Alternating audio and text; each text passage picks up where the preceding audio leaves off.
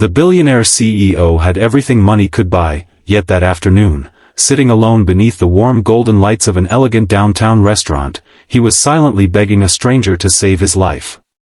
His trembling hand moved across a white linen napkin, and with a pen he could barely control, he wrote one word in large, desperate letters: help.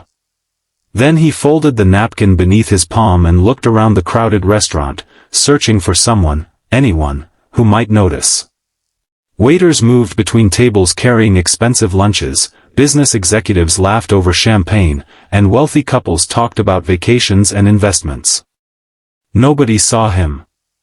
Nobody except the tired man sitting quietly at table 15 with his 8-year-old son.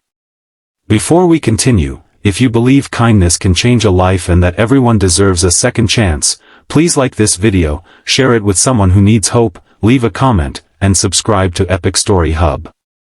You never know when one small act of kindness might become the reason someone keeps going. The man at table 15 was named Marlowe Bennett, a single father who had learned to measure life in small things. He measured his days by school drop-offs, grocery receipts, overdue bills, and the number of hours he could work before exhaustion forced him to sleep. His 8-year-old son, Kellen, sat across from him that afternoon, carefully cutting a grilled cheese sandwich into tiny squares because Marlowe had once told him that food tasted better when you took your time. Marlowe smiled whenever Kellen looked up, even though his mind was crowded with worries. His landlord had given him a final notice. His old delivery van was making a frightening metal noise. He had only enough money left for groceries and his son's school supplies, and he had no idea how he would manage the next week. Still, he had brought Kellen to the restaurant because it was his birthday. Not Kellen's birthday, but Marlowe's. It was the first birthday he had allowed himself to celebrate since his wife had died. The restaurant was far more expensive than anything Marlowe normally visited, but he had found a discounted lunch voucher online and decided that one afternoon of pretending life was easier might be worth the sacrifice. Kellen was fascinated by everything: the shining glasses, the polished silverware, the tall windows flooding the room with daylight. Marlowe watched his son with a quiet tenderness that made the financial problems temporarily disappear. He did not know that across the room sat Garrick Vale, the 47-year-old founder and CEO of one of the largest technology companies in the country. Garrick had arrived alone that morning wearing an expensive charcoal suit, a watch worth more than Marlowe's van, and an expression that suggested the entire world was under his control. To everyone else, Garrick was untouchable. He was the kind of man whose photograph appeared in business magazines, the kind of man whose decisions could move millions of dollars. But that day, behind the confident face, he was terrified. For the past several weeks, Garrick had discovered something deeply wrong inside his company. Millions of dollars had been secretly transferred from accounts under his name, and someone close to him had manipulated records to make it appear that Garrick himself was responsible. He had tried to investigate quietly, trusting the people around him. That had been his mistake. The more questions he asked, the more dangerous things became. His security chief had suddenly stopped answering calls. His attorney had warned him that he might be under investigation. That morning, Garrick received a message containing a photograph of his daughter leaving school, followed by a chilling warning that if he went to the police, his family would suffer. He had come to the restaurant because he believed it was a safe public place to meet someone who claimed to have evidence that could clear him. Instead, he had realized that the person he was supposed to meet was working against him. Then Garrick noticed two men standing outside the restaurant windows. They were pretending to be pedestrians, but he recognized one of them. His heart began pounding. He knew he was being watched. His phone was missing. His driver had disappeared. His own security team could no longer be trusted. Garrick reached for his water glass and realized his hand was shaking. He looked around the restaurant, desperate for a way to communicate without attracting attention. That was when his eyes fell on the napkin. He picked up a pen and wrote help. He did not intend for Marlowe to see it. Garrick simply needed to send the message somewhere. He placed the napkin on the edge of his table, hoping a waiter might notice. But a gust of air from the restaurant's ventilation system lifted it from the table. The napkin floated across the polished floor and landed beside table 15. Kellen reached down first. He picked it up and looked at the strange word written across it. He handed it to his father, asking why someone would write help on a napkin. Marlowe looked across the room.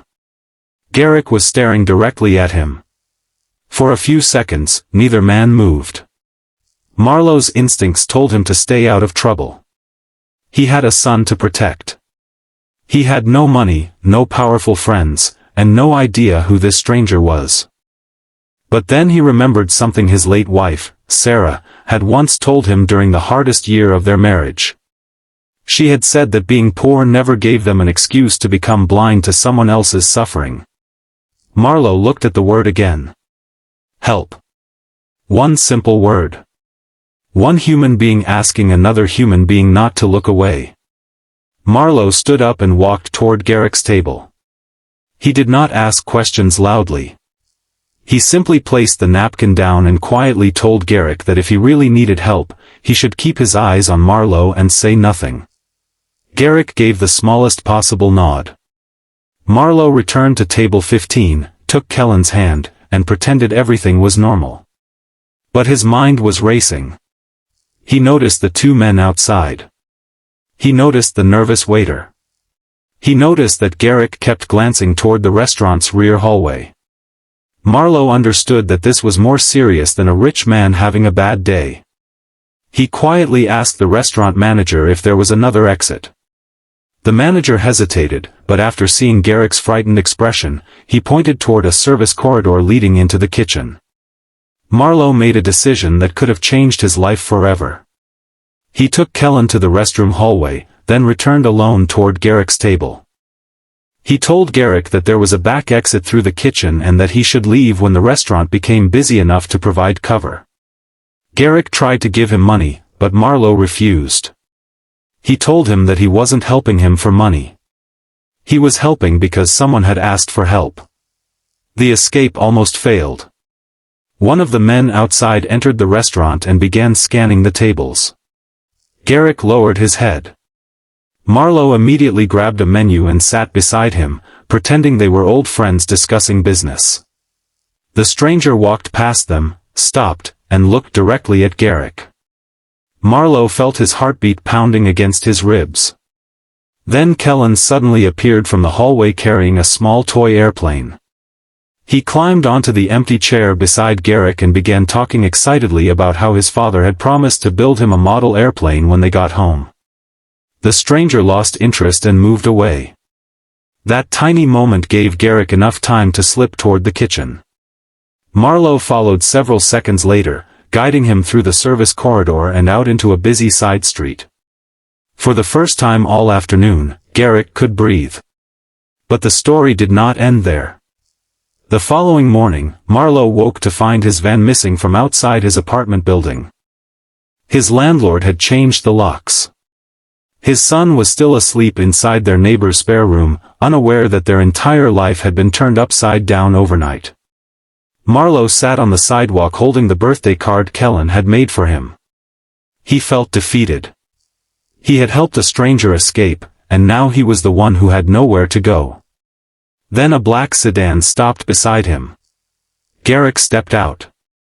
He had spent the night with investigators, lawyers, and federal agents.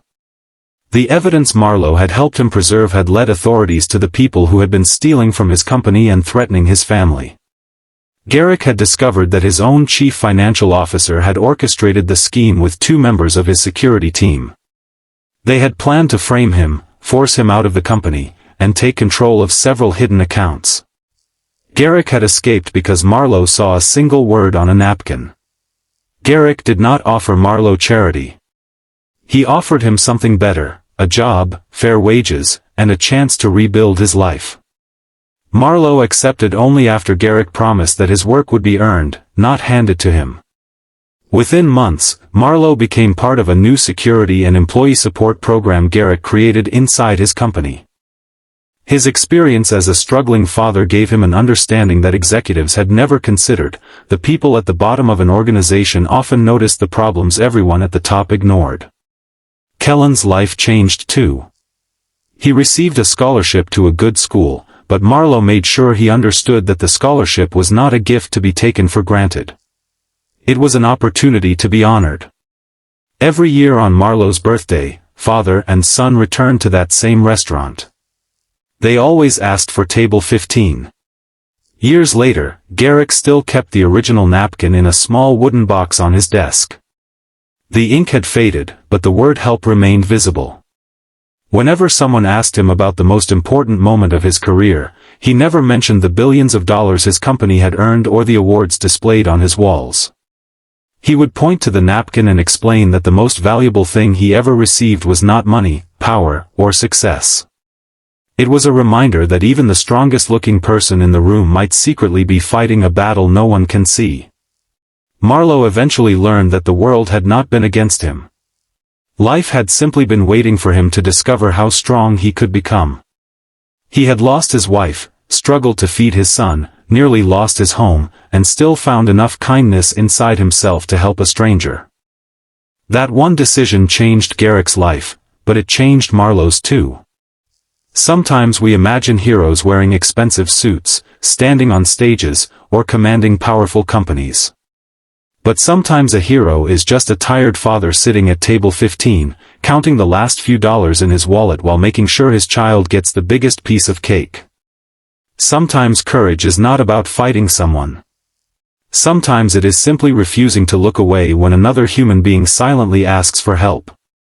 And sometimes, the smallest act of kindness becomes the beginning of an entirely different life. If this story touched your heart, please like the video, share it with someone who believes that kindness still matters, and subscribe to Epic Story Hub for more emotional stories that remind us there is still goodness in the world. Before the story ends, I want you to do something special. Comment, "Kindness never goes unnoticed," if you believe one small act can change someone's entire life. Because you never know who is silently writing help on the napkin beside you.